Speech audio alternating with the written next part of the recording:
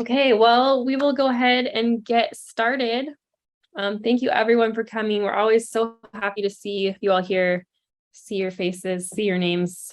And we're excited for tonight. So my name is Chloe Mills. I'm the outreach coordinator for LDS or Stewardship, and I'll be your host tonight. In the company of stewards is a service of LDS Stewardship. We're happy to provide you this service and able to provide it to you because of your generous support. This year is our 10th anniversary, and if you feel like helping us celebrate, we would love to have you help us with a gift of $10, $110, or $1,010. The link to give will be in the Zoom chat if you feel so inclined. Thank you everyone for your continued support and for being here. We're again always so happy that you're here. And I'm going to apologize ahead of time. I have a cold and a cough, and hopefully it doesn't interrupt us too much. Tonight we are privileged to hear from Logan Millsap. Logan believes that bicycles are happiness machines, which was his phrase, and I love that.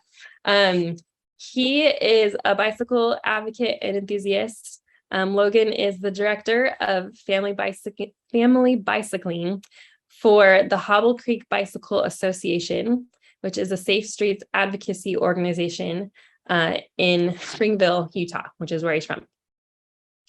So like I said, he's an evangelist for bicycles and walkability, public transit, missing middle housing, and sustainable cities.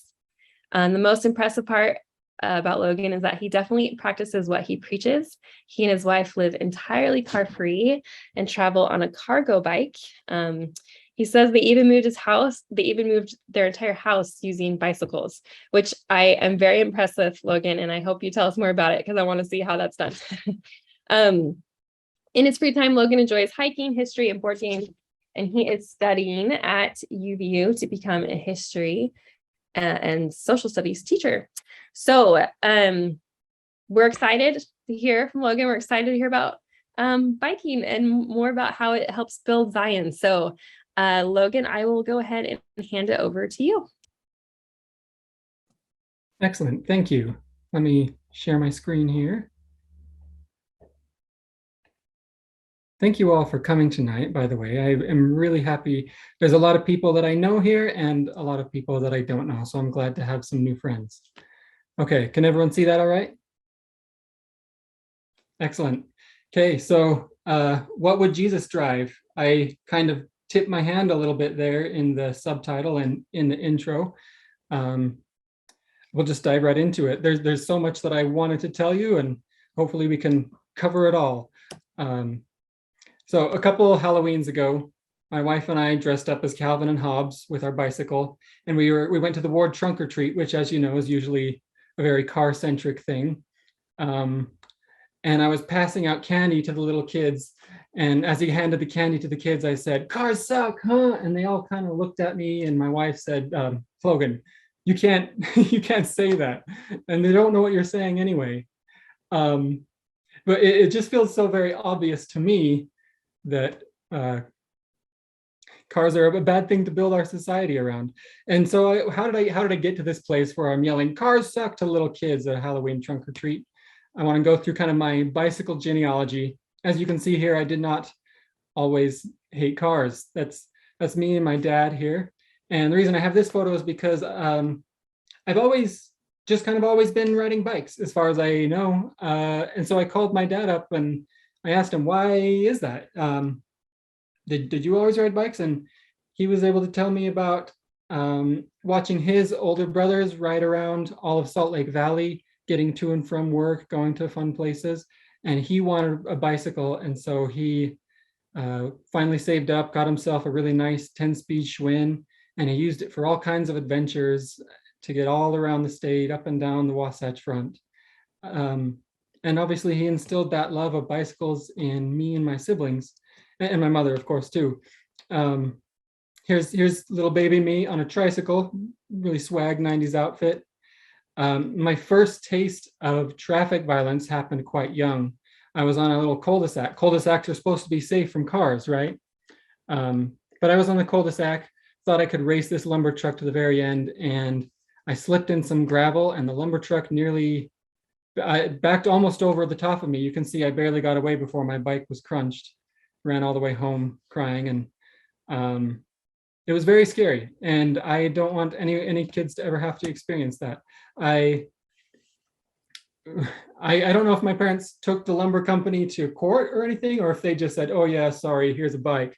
But anyway, I got this really great bicycle and I rode this all over. I would go on bike rides with my siblings and with my friends and with my mom and my dad. And this was a true taste of freedom. And this is part of why I say that cars suck, is because the vast majority of us actually can't get around in a car. About 30 or 40% of the US population can't drive. They're either too young or too old, or they're disabled, or they're too poor, or frankly, I think this counts, some of us just do not like driving. It's stressful and scary. So to be able to have a sense of freedom and a sense of confidence and empowerment thanks to a bicycle meant a whole lot growing up. Throughout high school, I rode my bicycle everywhere to do everything. My friends always knew that I would have my bike with me anywhere I went. But then I went off to college. There's this idea that you graduate out of a bicycle, right? We have this idea that like bicycles are for recreation, they're for children, but once you're old enough, you get a car here in America. And then you can zip around and be productive and work, hurry. And that's what I did. I went off to college. My dad gave me an old beater pickup truck, and that's what I drove. And it's good. I don't hate driving. But it wasn't until a couple of years, actually, it was after my brother passed away in a fall in 2019. He died in a climbing accident, and I really needed something to keep myself sane. I tried to go on walks. Of course, walking is great.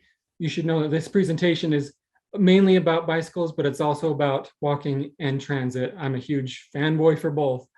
But to keep myself sane, I was going on these walks and just to get out of my own head. But walking is quite a bit slower than cycling. I've heard people refer to bicycling as pedestrian plus. You get all the same benefits. You just get to go further and a little faster, and you feel the wind in your hair, right? So I went to DI. I bought this very cheap $10 bike, and I started riding around. I discovered a local advocacy group, the Hobble Creek Bicycle Association, and I found out that they were creating a map of bicycle parking in my area as part of their effort to kind of make the city more bike friendly. So I decided I was going to ride around the whole western half of the city and see what bike parking I could find. And that's what this is. This was me gaining my sanity after my brother passed. And part of the reason I was so excited to find the Hobble Creek Bicycle Association, this was also around the same time that I read a book called Walkable City by Jeff Speck. Some of you may have heard of it. It's really fantastic. I finally had the language to explain what I was seeing in my built environment, in the way I moved through the city, in the way that I didn't have any freedom before I turned 16. However, every kid can't wait until they turn 16 because then they can finally get out and do something. And every kid thinks that their hometown is boring because they just feel trapped in it. Finding this advocacy group and this book really gave me that vocabulary to not only explain what I was seeing, but also to start changing it. And the Hobble Creek Bicycle Association also connected me with BikeWalk Provo, which is they're the same thing up in Provo, doing great work up there. And you may find that there is an advocacy organization near you that is doing this kind of work, making streets safer, making them more people-centered. So part of what I learned as I finally was learning this vocabulary is we all know cars are bad because they pollute, right? But there's a lot of other things that we maybe don't think of. We may not think about how the pavement, the blacktop, just makes our cities a lot hotter than they need to be, which matters more and more as climate change warms our planet. We may not think about how the impervious surface, when we have a heavy rainstorm like we had here yesterday in Springville, all that water, instead of soaking into the earth, it just gets flushed through to our stormwater systems and sometimes overwhelms our infrastructure. We don't think about the incredible amount of noise that is just it's ever present. You can't escape it. If you go outside right now, it may sound quiet. You might be in a cul-de-sac, you might be in some far-flung suburb, but if you listen in the distance, you can hear the highway. And of course, maybe the number one thing, there's a long list of reasons cars are bad for our societies, but the number one thing I think is just how incredibly dangerous they are. I mean, if we were all in the same room together, I could have each of us raise your hand if you know someone who has gotten in a car wreck. I mean, that's plenty of us have been in one. I've been in a couple myself. I could say, raise your hand if you know someone who was injured in a car wreck or seriously injured in a car wreck. Or raise your hand if someone you know and someone you love was killed in a car wreck. And it's this terrible toll that we just take for granted. Just this Jesus commanded us to be peacemakers, and there's just this violence going on all the time, every day. 40,000 Americans die every single year from car crashes. That's the equivalent of, I don't know how many jumbo jets crashing every week. If there were jumbo jets crashing every week, we would be up in arms. We'd be outraged. We'd immediately halt all flights until we could figure out what the heck was wrong. But for some reason, we just say to ourselves, no, this is just how you get around. This is just, sometimes things like that happen. Just moving through society, sometimes you die. But it doesn't have to be that way. And indeed, it's not that way in a lot of cities, in a lot of countries. So also, it's worth noting that disproportionately, the people dying in these car crashes are children and elderly and people of color. So it's an equity issue too. So moving from some really heavy stuff to some kind of jokey stuff, I guess. This, as you can see, there's one bus load of people here.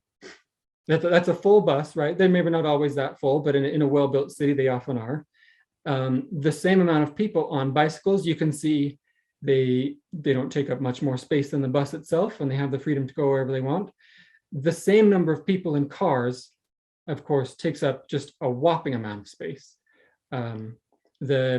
We don't have space in our cities, in our towns for cars.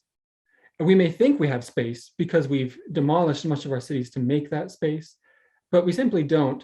And cars are very isolating. Cars are,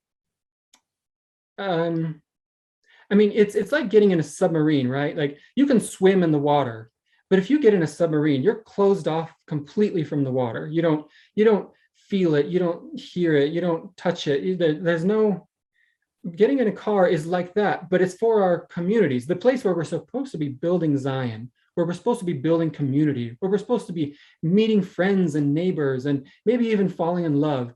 Instead, we put ourselves in this capsule that completely closes off the world around us. In fact, car companies even advertise this insulation from the world. I watched a car commercial recently. It had all of these kids playing orchestra instruments, right? This cute little symphony of children. And then the camera zooms out and it shows that these children are around an automobile, and there's a woman in the automobile, and they're playing their music, and she slowly rolls up the windows until they close, and then you can't hear the music anymore.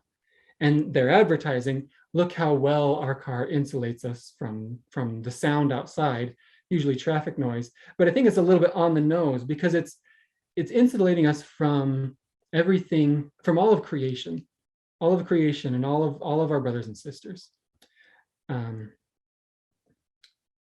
There's a lot of funny comics, that obviously cars, because they're so large, they're so much larger than our bodies, they're so much larger than walking or biking or all of us getting on a bus together. They create really terrible traffic jams that just don't need to exist. In a well-built city, there's just not, traffic jams aren't really a thing.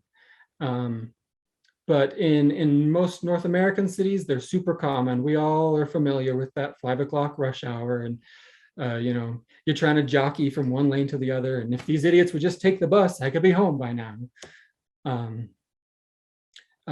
Tom Millar, who is, I hope, maybe it's Miller, but maybe I've heard it pronounced Millar. Anyway, he lives up in Salt Lake, and he recently gave a talk in a sacrament meeting in which he said, in order to truly love people, I had to hide the thing so I can see the screen myself. In order to truly love people, the one essential prerequisite to building Zion, we have to know them. And to know them, we have to see them and interact with them and speak with them. That is something that I love about being out on a bicycle. You would be honestly amazed how often you bump into people. You can be far from home, and if you're out walking or biking, you just bump into people you know. And even if you don't know, if there's no one around that you know, you end up just making a lot of friends. So many friends I've made through bicycling that I wouldn't, some of my very best friends, I wouldn't know at all otherwise. This here is a graphic. I think this was a study from the year 2000. It was a repeat study of something that had been done, I think, in the 80s and 90s. So there's three streets. They were almost identical streets. You can see they have kind of the same number of houses on them. One of them has heavy traffic, 16,000 vehicles a day. This one in the middle has 8,000 vehicles a day. And this one on the end, there's a typo here, it had 2,000 vehicles a day. And all this squiggle, this spaghetti of lines between these are the number of human connections between these neighbors. And you can see that on a heavy traffic street, you just simply don't know your neighbors as well. There's something about the noise and the traffic and just the harried hustle and bustle of cars that really makes it difficult, even if you're outside of a car, to make those connections. You can see the light traffic street, there's a ton of connections. You can even, it says here, 3.0 friends per person, 6.3 acquaintances per person. That's very technical speak, but you can see it visually. And if you lived on these streets, you would feel it. You would feel the difference in your own life and your happiness and whether or not you felt lonely or depressed. This is some of the kind of stuff that cars do to us. I should have included a link to this study in the presentation, but I also know of a study that says that when there's the higher the traffic noise is, the more irritable we become, the less likely we are to be friendly and personable and agreeable. So it makes us more likely to argue when there's the traffic noise and the rush of cars past us. I think it says a lot for that. Again, Jesus commands us to be peacemakers. Blessed are the peacemakers. We literally have a hard time making peace when we are in all of this unpeace that we've created on our streets. Suffer the little children to come unto me, said Christ. You may know that if you're a parent, it can be hard to let your children walk to a friend's house or walk to school or ride their bike through the neighborhood, because it's just so dangerous. The way we've designed our streets and the size of our vehicles, and that's why we all need to be getting out of our vehicles as much as possible. That's why we need to walk and bike and take the bus, because those are the kind of modes that aren't going to hurt our children. In the short term, in a horrific act of violence, and in the long term, in terms of climate change and pollution. So if today Jesus said, suffer the little children to come unto me, how would we let them get to Jesus? If we said, okay, little Timmy, go meet your savior, he's just a couple blocks away, how would he get there safely? It's something that we should all worry about. This is a funny cartoon. There's too much traffic around the school, so we drive our little kid to school. It's just, we've created this vicious cycle. And in order to get out of it, it's going to take deliberate action on our parts, not only just in our personal choices, how we choose to get to and from school, to and from the grocery store, but we're also going to have to push at the local and the state and the federal level to really curb the traffic and the violence we've created. So in the 1970s, you may remember, there was an oil crisis. The first presidency issued this letter to all stakes and wards and branches telling worshipers that they should walk to church meetings and join carpools for transportation, use mass transit facilities, and curtail unnecessary travel. It is also important that all motorists observe prescribed speed limits. I mean, how many of us speed, right? Our roads are designed to encourage us to speed. But this came from the first presidency in 1973, and then they issued it again in 1979. Obviously, these were both part of that oil crisis, but there's really no reason, we may have abundance now. We may be able to throw around our wealth and burn as much oil as we want now, or think we can anyway. But I think that this edict should still stand. We should still strive to curtail unnecessary travel in vehicles if we can. Interestingly, in 1979, the reason we got the 3-hour block is because this way we could consolidate trips. We could do all of our church on one day instead of back and forth to church all the time and heating the building throughout the week. So if we are wanting to be wise stewards of our resources, we should avoid driving if we can. At the same time, in the Netherlands and other countries as well, in the Netherlands, they, in a reaction to the oil crisis, they started forbidding any driving on Sundays. No one could drive on Sundays. And that opened up the streets. So, the roads were closed to cars, but that means the roads are open to people. And more people were learning that, like, we don't need to, in fact, let me skip ahead a couple. So you may not know that places like the Netherlands and Germany, all of these places were very much like our cities now. They were demolishing buildings for parking lots. They were widening roads. Everyone was buying cars. So we were both on the same track, the US and other countries, in the 1970s. And when the oil crisis hit, we went one way, and then places like the Netherlands, they went a different direction. So this is, you may, if you're an advocate, you recognize this photo. It's the, I don't speak Dutch, but it's the Stop de Kindermoord, Stop the Children Murder protests. So many kids were being killed in the Netherlands, just like they were being killed here. And people were just like, you know what, enough. Like, we aren't doing this anymore. They hosted these, they were called die-in protests. And they would just go lay on the streets. And they just would stop traffic completely. If that happened now, we'd send in, the riot police. But this is, people fought to avoid what we are nowadays today in the United States, a very car-centric society that kills so many of our people all the time. So this is that street in the 70s. And like I said, they went down a different path than we did. So this is that same street now. So here it is, choked with traffic, and it could have been more choked. Maybe they would have built a highway through here just like we did in many cities in the US. But this is that place now. When I think of what Zion would look like, it would look a little bit like this. People being able to mingle and meet each other, and just, I mean, it looks a little bit paradisiacal, Another thing to note too is that I mentioned the traffic noise before. We often think of cities as being very loud. Cities are quiet, actually. If you go to places like Utrecht in the Netherlands, it's really quiet. Like, it will stun you into silence. I haven't been there myself, but I've heard from other people, it will stun you how silent it is. And that's because cities aren't loud, cars are loud. So this is a traffic jam in the Netherlands in the 1970s, just before they started switching over to more human-centered ways of getting around. And this is a traffic jam nowadays, right? I mean, which would you rather be in? Even if you're an introvert, you can just quietly, ride your bike. You don't have to chat, but man, think about how many people you could meet. Think about how many friends you could have. You may not even know, if you're this person, you might not even know this woman riding next to you, but you might see her every single day.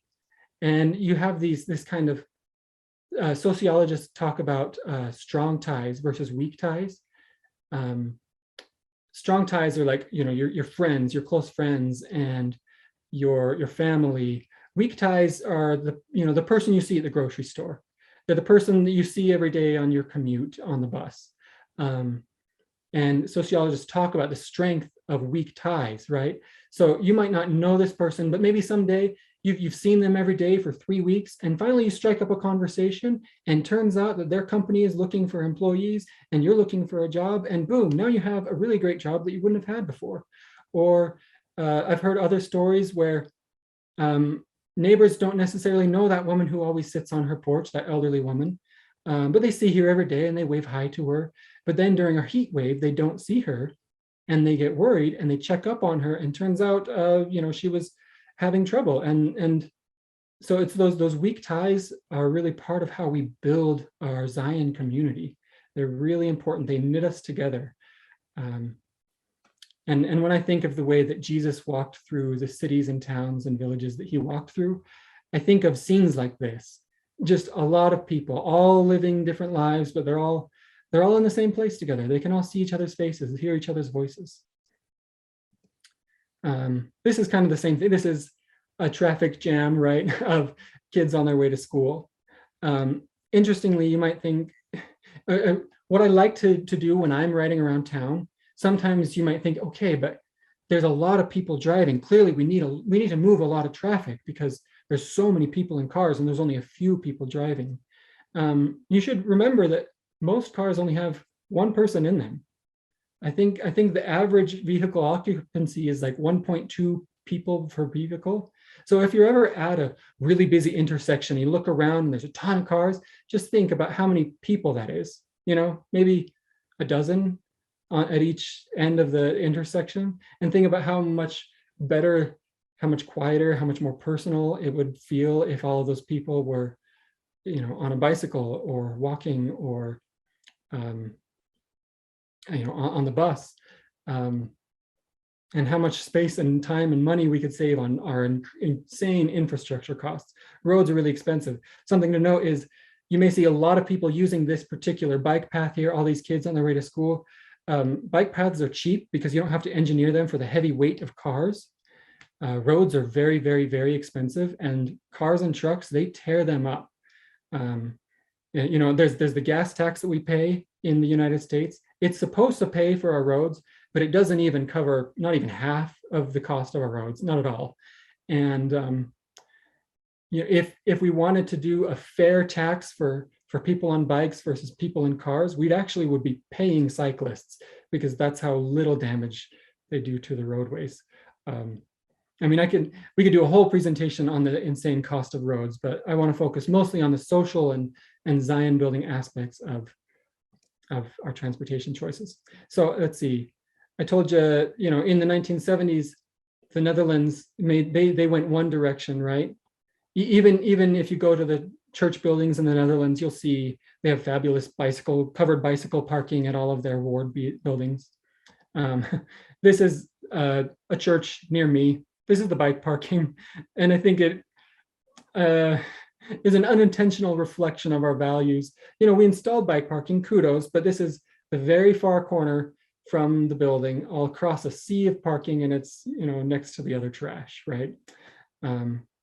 And our decision to double down on our car-centric way of life has really, it destroys our communities. So these two parking lots, there's one on the left here, which is the parking lot for this school, and the one on the right is the parking lot for a stake center, which is just out of sight. Now, just a few years ago, these were homes, these parking lots, there were 3 or 4 homes right here. And cars take up so much space that in order to, we ran out of room around the school, and we ran out of room around the ward building because no one was walking to church and walking to school. Like I said, it creates this vicious cycle. So the school district bought these homes, bulldozed it, made it a parking lot. The church bought these homes, bulldozed it, made it a parking lot. We're literally destroying our communities to make room for our cars. They're not serving us the way that we would like them to. And I had to include this cheeky little thing. Cars are cars. Obviously electric cars are really good. They solve a lot of problems with pollution and climate change and that sort of thing. If you have an electric car, I don't want to dig on you. Congrats. In fact, if I ever had a car, that's what I would do too. But so many of the problems, the violence, the noise, the space, the infrastructure costs, they're the same with electric cars. So as much as we can around town, we need to transition away from that. Here's another example. This is Denver, Colorado. You can see the fine-grained city. There's just like, so think about how much life, how many stories there are in this image, how many jobs and homes. And then they made space for cars. They destroyed it. Look at, see the little clock tower thing there in the center? You can see it right here. It's drastic. And there are images like this for every town in the United States.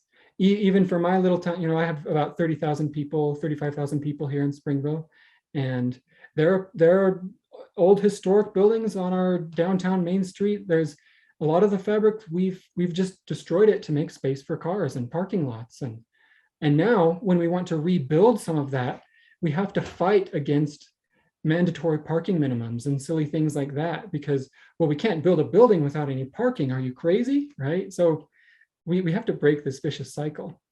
So learning about all of these things is, you know, I felt like I couldn't participate in this as much anymore. I didn't feel the same sense of joy driving down the open highway, because everywhere I looked, I could just see everything we were doing for cars. So I got myself a nicer bike, better than that DI bike, and a little bike trailer. And me and my wife, Danielle, we started getting around town on a bike and in a bike trailer. You can see this isn't super comfy. She's a little cramped, but we could even fit quite a bit of groceries. We do our grocery runs in this little bike trailer. And I started having just really fantastic experiences with my friends and my family. This is me and my sister Thea, and we went on a mural tour of downtown Provo, and we rode between Springville and Provo, and just had, these are some of my favorite memories, some of my very favorite memories. You know, my little sister ran for student council on kind of a, you know, ecological environmental platform. So this is her with her poster on her way to campaign, pedaled by my sister Natalie. And then like they mentioned at the top of the meeting, when it came time to move, I have this cargo bike. This is a Madsen cargo bike. I started taking over loads to the new house on this bike, you know, just a few boxes here and there. Just because it was kind of nice to ride around in the evenings, and it was fun to do. And then I just started taking more and more, and some of my siblings came and helped. You can see we loaded up the bike trailers and started taking loads back and forth between homes.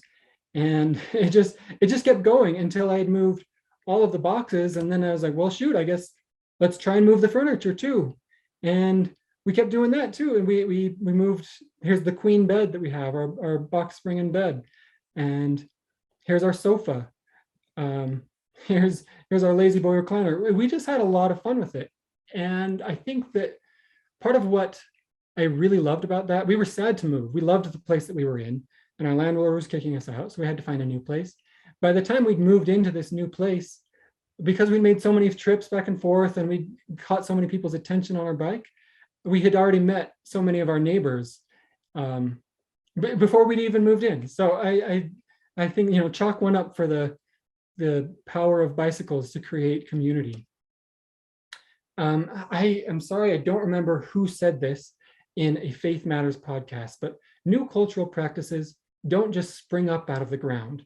The way we shift culture is to create culture, to offer another version of a practice, another way to show obedience to the word of God. And any other version starts with a vision of how things could be. And I really truly believe that we can shift the culture in the United States. You know, it wouldn't take much for us to become, you know, a bicycling utopia like Paris or the Netherlands or Japan, or so many of these places where people travel to. You know, you travel to places like even Main Street USA in Disneyland, right? It's this great walkable place. There's no car traffic. Part of what makes it so great is there's no car traffic. Imagine if there were cars going up and down that street, it wouldn't be magical the same way. We can have that same magic in our daily lives. Like, I feel it all the time riding around my community, and my community hasn't even changed much of our infrastructure to curb traffic violence. So that's part of what myself and the Hubble Creek Bicycle Association and BikeWalk Provo and the advocacy organization in your city are working toward. This is us for a parade, you know, that's part of the creating culture. Just every little aspect of life can be just a little bit more fun and magical. This is me picking up some lumber. You know, people say, well, cool, bikes are cool, but how do you carry lumber or tools, right? This is about 300 pounds of lumber. Obviously, I have a cargo bike, which is a little more useful than a regular bike, but this is from Doctrine and Covenants. Verily I say unto you that it is not needful for this whole company of mine elders to be moving swiftly upon the waters, whilst the inhabitants on either side are perishing in unbelief. We miss out on so many opportunities to meet people, to build Zion, to build community, because we think we don't have time to slow down.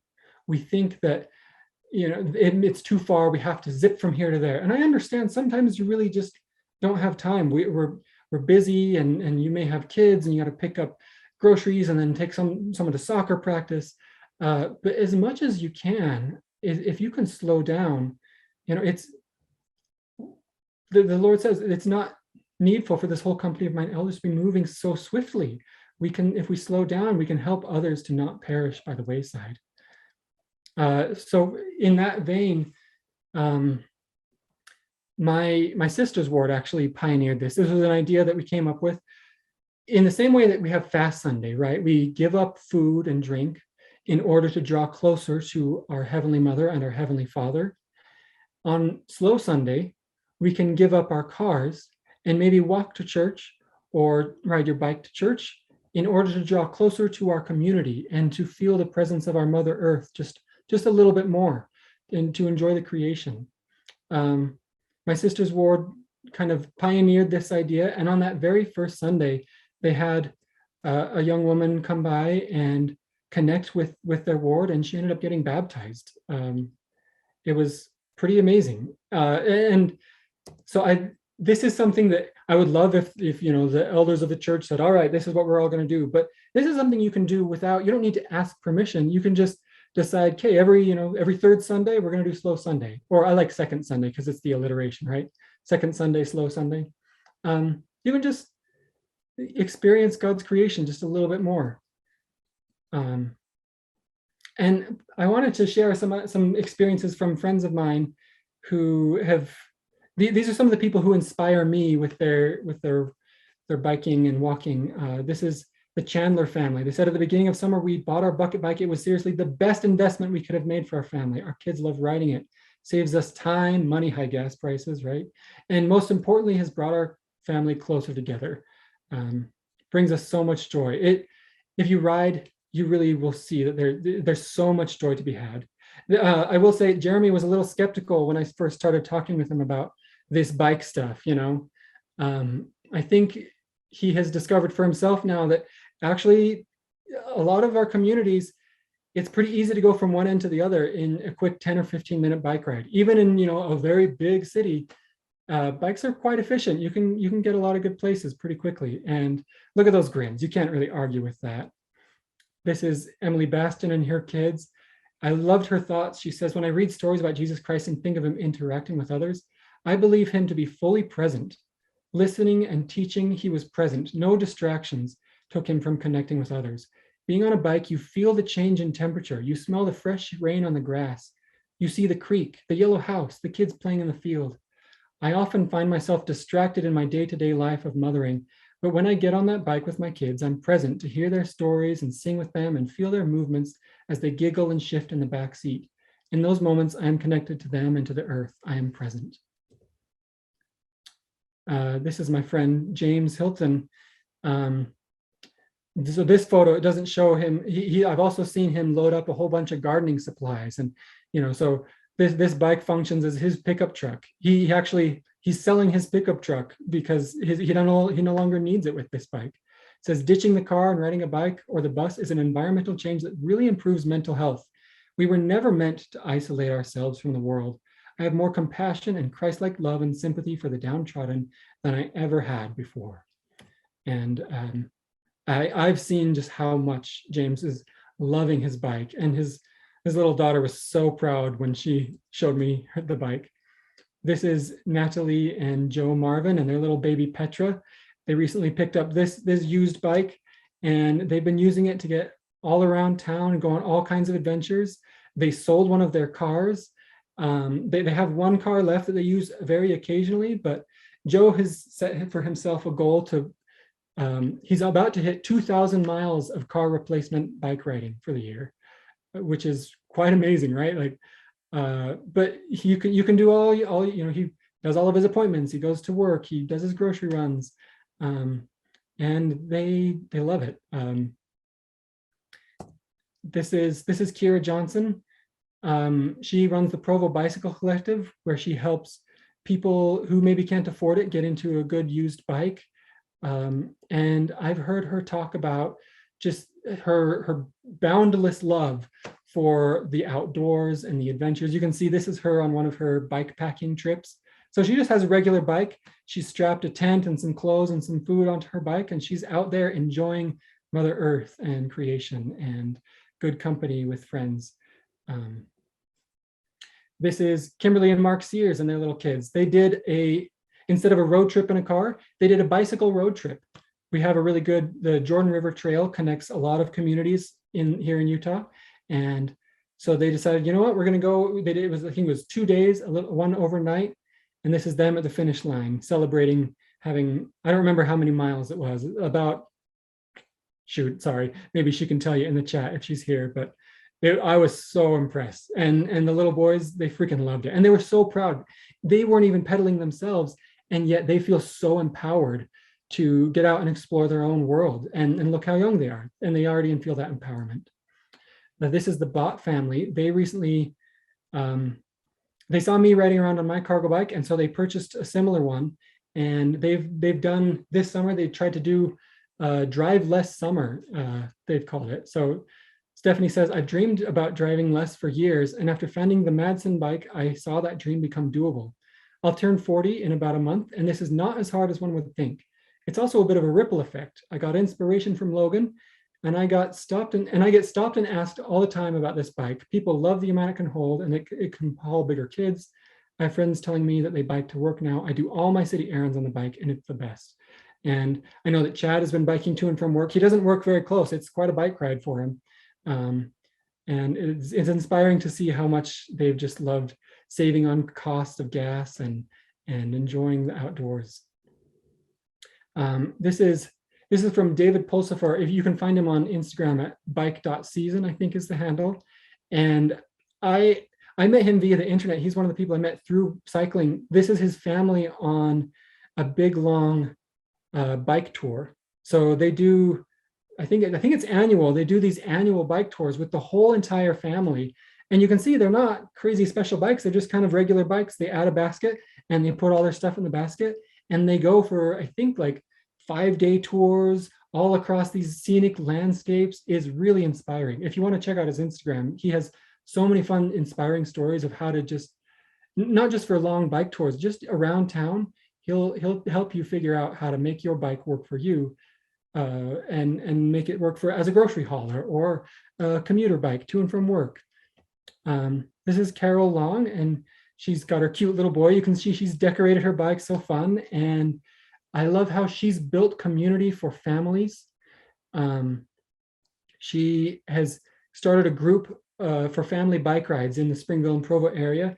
And so if you ride your bike, you can do the same thing. You can meet new families, meet people who are like-minded, and build Zion where you are, lift where you stand, as the saying goes, right? This is my sister Thea on her e-bike.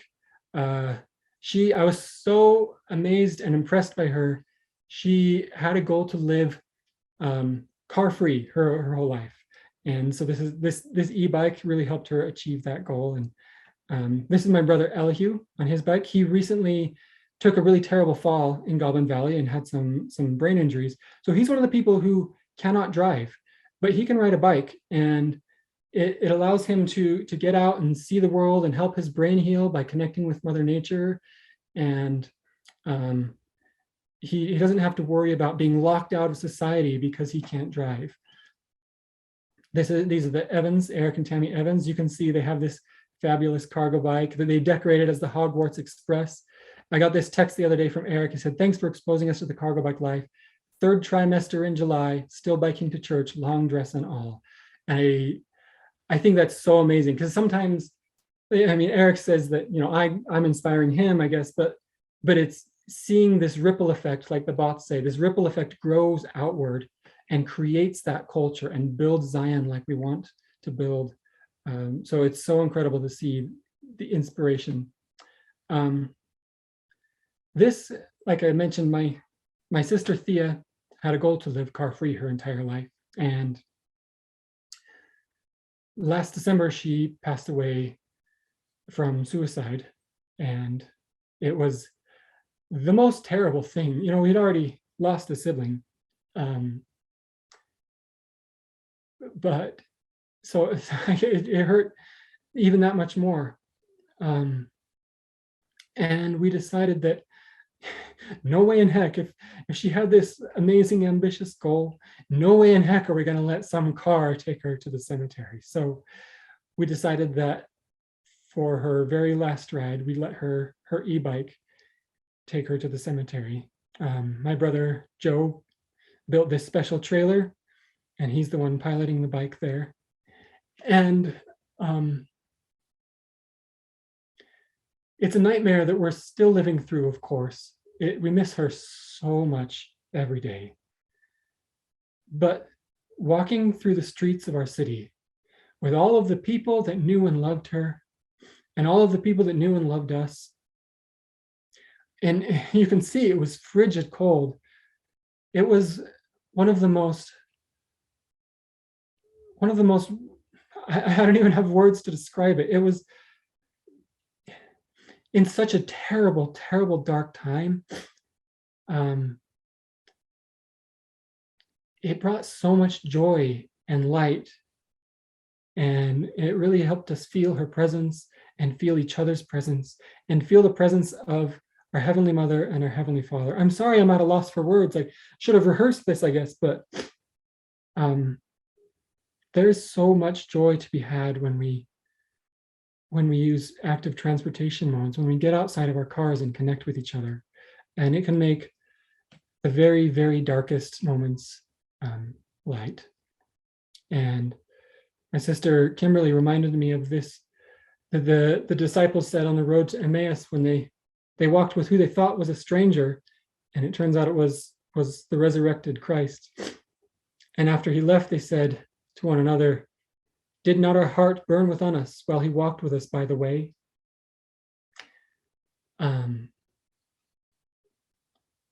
I know that you will feel more of God's love and more of our Heavenly Mother and Heavenly Father's creation, and you will meet more people and feel more joy and have more friends. I mean, repeat everything I've said this whole presentation. There's so much good to be had when we get out of our cars. There's so much love to be had. There's such a good, bright, happy world, and it can exist. We can make it exist. All it takes is replacing a trip here and there. You don't have to go completely car-free like me. If you just now and again, maybe walk to church, maybe ride your bike with your kids to their school, maybe pick up groceries in a bike trailer, you will see your life change. You will see the world change. You will see the people around you change. And all of this, I say, in the name of Jesus Christ, amen. Thank you so much, Logan. Those were some really wonderful stories, and thank you for sharing them. And your enthusiasm is contagious, for sure. I think we're probably all inspired to go get our bikes out, perhaps our rusty bikes out, and take them somewhere.